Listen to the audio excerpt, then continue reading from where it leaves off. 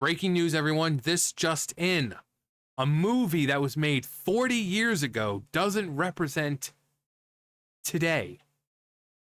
Doesn't represent the world today. Right? Am I hearing that? Yes. A movie 40 years ago doesn't represent the world today. I know, you're shocked that a movie made in 1985 doesn't represent current day 2025.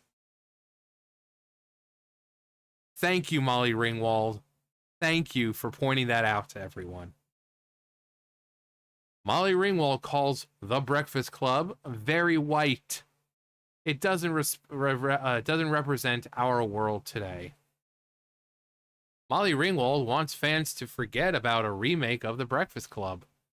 The actress, 57, dismissed the possibility of remaking the 1985 teen comedy drama about 5 high school students in detention during a panel.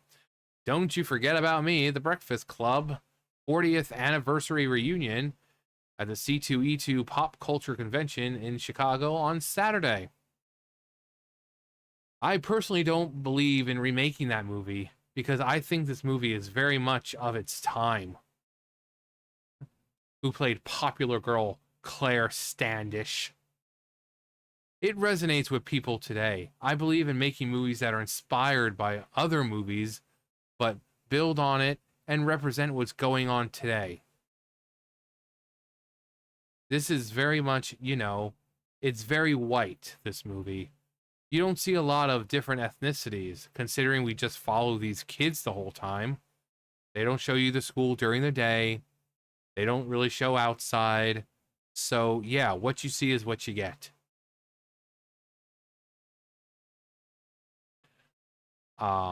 We don't talk about gender, none of that. Yes, I would love to hear these 5 talk about gender politics, and I would love to hear what Bender has to say. I know what he would say. He'd probably call them all the F word, and I'm not talking about fucks. But yeah.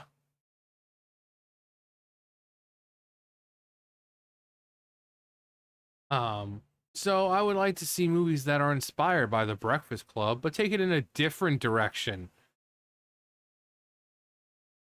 Yes, they can all sit around and talk about their fucking white guilt and how white people are the source of all misery and the intricacies of gender politics and how children are able to understand their gender before they can even talk. And yeah, I would love to hear this kind of crap. Anthony Michael Hall, Ali Sheedy, Emilio Estevez, and Judd Nelson also took part in the panel to celebrate 40 years since John Hughes' directed film came out. Estevez joined in discussion of remaking The Breakfast Club. Movies today are concept-driven. They're not character-driven, and the beauty of John is that he focused on characters first. Yeah. Yeah. And when you think about trying to pitch this movie today, it's about 5 kids sitting in a library all day in detention. And then the studio executives would march you right out the door and say, where are the monsters? Where's the car chases? Where are the big effects? I don't know. Maybe we could have some kind of Michael Bay explosion thanks to like Bender or something.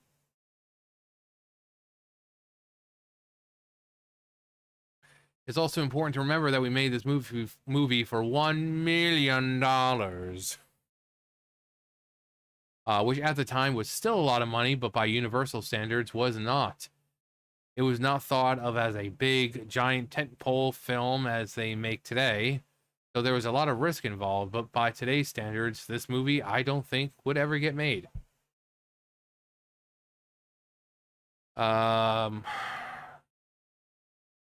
Certain parts of the beloved movie haven't aged well, including her on-screen dynamic with Nelson.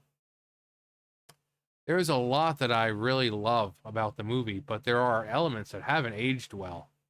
Like Judd Nelson's character, John Bender, who was essentially my character.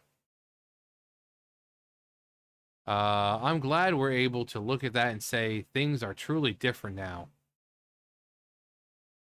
Are they? Are they? Seems like most movies have some kind of, or TV shows, or you're sitting there trying to watch it and they've got, people, you know, doing that to each other, harassing of some kind. So, are times really that different? Not to mention, there's a lot more pointless sex scenes in a lot of things. Again, you're sitting there with your family trying to watch a TV show, and suddenly they're freaking raw dogging for 5 minutes. And then you're sitting there uncomfortably listening to while your parents are sitting there, and you're like, I'm gonna go to the bathroom. I'm gonna go to the bathroom now. I'll be back in scene just started. I'll be back in about 5 minutes. Ringwald similarly called out Bender's problematic behavior and the fact that he and Claire kissed at the end of the film in a 2018 essay for The New Yorker. He never apologized for any of it, but nevertheless, he gets the girl in the end. Did Andrew ever apologize to Bender for saying that, if something happened to Bender, no one would care and they might as well not even be at that school? Did he apologize for that? Did Claire ever apologize for any of the mean crap she was saying about Bender? Shut up. Shut up, bitch. But the fact that they think they need representation or some the story of the message of the movie is still going to be there. And the movie is fine as it is. You have Bender and you have Claire, right? Completely polar opposites. One is the rich girl who everyone loves and adores, and she gets everything because her parents can afford it. And then you have Bender, who lives in an abusive household, barely gets anything, barely gets noticed, gets cigars burned, a cigar burned into his skin when he spills paint in the garage.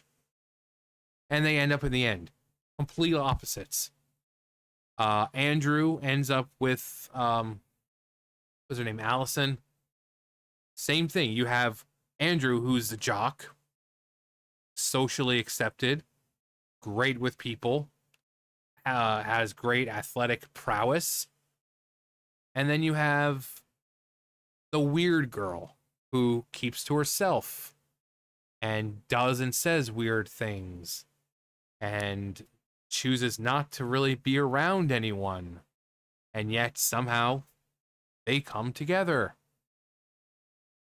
So it's like about finding common ground in people who are completely different from you, because no matter how different people are, you're going to have something in common with them.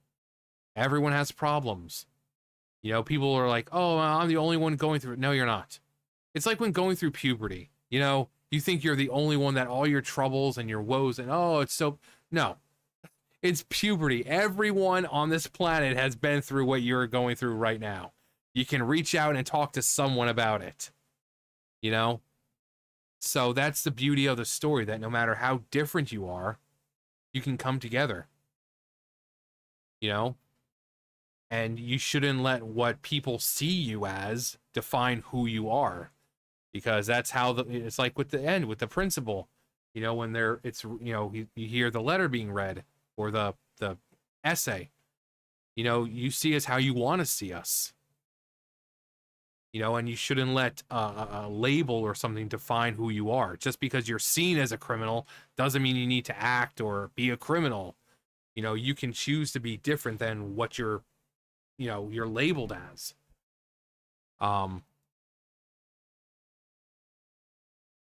But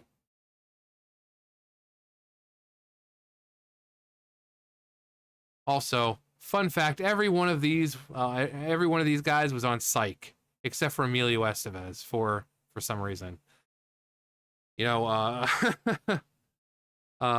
just never managed to get him on Psych. But in fact, I mean, Anthony Michael Hall played a huge role on Psych for a little bit, as Vic's replacement. His last name was Trout. So, but yeah. So I mean, again, it's like wow, a movie 40 years ago doesn't represent the world today, but yet that movie still holds up. The movie itself, the message of the movie, you don't need to change it. You don't need to remake it. The movie alone holds as it is, and it's about the message that matters. So there's no way they would be able to remake it today that would have as much impact as it did 40 years ago. It would just be looked at like every other remake. It's like, okay, well, it happened. I'm just going to watch the original. But, I mean, it's a classic.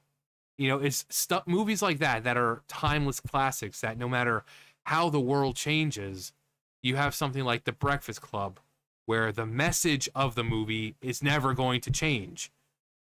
You know, it doesn't matter if it's 10 years, 40 years, 50 years, 100 years, the message is always still going to be there. The message is still going to be the same. That no matter how different people are, you can come together, some kind of common ground, and that you should never, you know, with labels, you don't have to be that label. That, you know, the way people see you is how they choose to see you. So, I'm glad it doesn't need to be remade. You know, and Emilio was like, oh yeah, they'd pull you aside and be like, where is all this? Where's all that? Exactly. You know, they'd have to have some kind of large action chase through the school or something. I mean, there's already that, you know, moment where they have to try to get back to the library. Um, but, you know, if it was modern day, it would have to be so much more impactful and suspenseful and you know, explosions or loud, you know, extremely loud music, and it would just distract from the scene itself. But yeah, the movie's perfect as it is. It's a great message. So, but thank you, Molly Ringwald, for telling us that a movie made 40 years ago doesn't represent the world today. That a movie in 1985 isn't representative of 2025. I knew I knew you were smart, you Hollywood uh actress you. I knew you had to be smart if you wanted to be an actress. But yeah. Let's just all celebrate 40 years of the Breakfast Club happily, knowing that they won't be getting it won't be getting a remake. But let me know what time what year you saw the Breakfast Club, if you saw it when it first came out, or you know, and how it impacted you. You still think the message holds up? Let me know. But that's gonna do it for me. You guys know the drill. I'll see you guys later. Bye, guys.